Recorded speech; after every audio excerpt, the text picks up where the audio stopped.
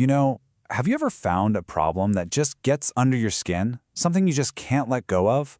Well, today, we're talking about a mathematical puzzle that did just that. Not for a year, not for a decade, but for over 300 years. And it's all about the one kid who made a promise to himself that he would be the one to finally solve it. And this is the promise. I'm going to solve it. Just think about that. This wasn't some grand declaration in a university lecture hall. Nope, this was a quiet promise a kid made to himself, probably sitting in a dusty corner of a library. And that's what turns a math problem into this epic, lifelong quest. Okay, so let's set the scene. The year is 1963. We're in Cambridge, England. It all sounds pretty normal, right? Just a regular town, a regular time. But what's about to happen is, well, it's anything but ordinary. So this is where we meet our hero, a 10-year-old kid named Andrew Wiles. He's just hanging out in his local library, finds a book, and inside, he finds this puzzle. And the thing that's so cool is why it grabbed him. It wasn't because it looked fun or easy. It was the exact opposite. He was hooked because the greatest minds in history had looked at this thing and basically said, it's impossible. So what was this crazy puzzle? It's called Fermat's last theorem.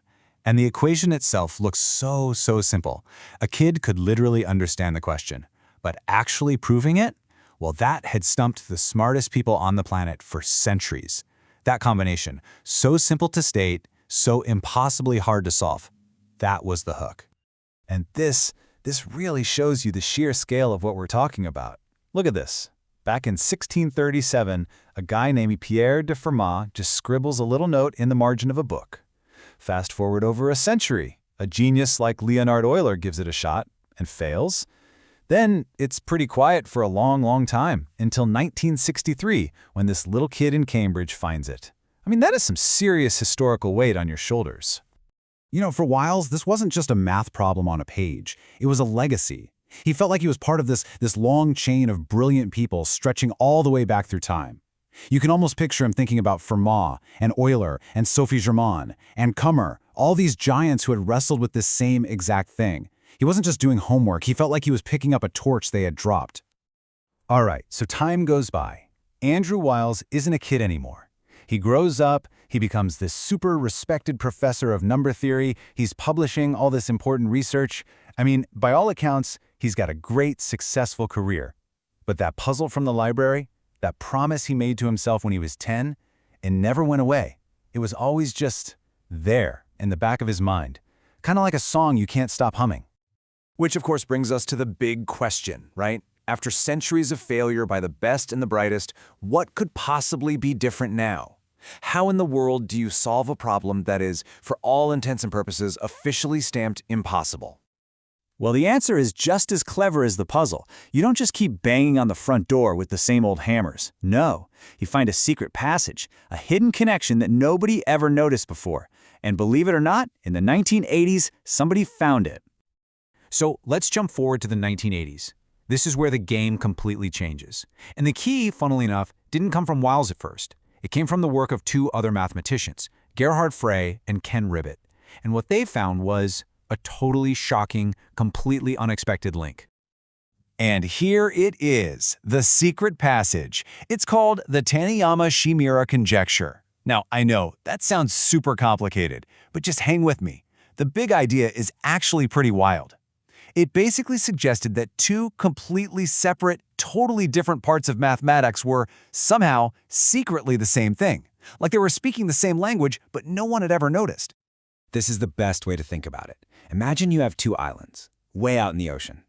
They look totally separate, right? For hundreds of years, people study Island A and other people study Island B. They never talk. Then one day, someone realizes there's a huge hidden bridge connecting them deep under the water. That bridge, that's the Taniyama-Shimura conjecture. So, what are these two islands? Well, island number one is something called elliptic curves, basically a fancy type of equation. And island number two? That's modular forms, a whole different branch of math that on the surface has absolutely nothing to do with the first one. Two totally separate worlds with their own experts, their own languages, their own rules. Okay, so here's the genius part. Frey and Ribet figured out that proving Fermat's theorem was like trying to push over one very specific, very stubborn domino at the end of a long line. But what they realized was, if you could prove the entire Taniyama-Shimura conjecture, if you could prove that underwater bridge was real, it was like pushing over the first domino. And once he did that, the rest would all fall, and the very last one to topple would be Fermat's last theorem. All of a sudden, this 300-year-old problem wasn't a standalone issue anymore. It was just the final piece of a much, much bigger puzzle. And for Andrew Wiles, hearing this was it. This was the lightning bolt moment.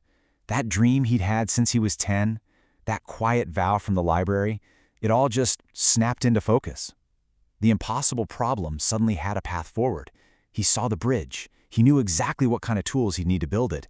And he realized, oh my gosh, I can do this. I'm the person who can finally solve it. You see, this whole story isn't really just about math, is it? It's about obsession. It's about dedication. It's about the pure beauty of finding a connection where everyone else just saw empty space. And that kind of leaves you wondering, right? What's the problem, big or small? It doesn't matter. That would be worth your passion. What's the thing you would chase for a lifetime?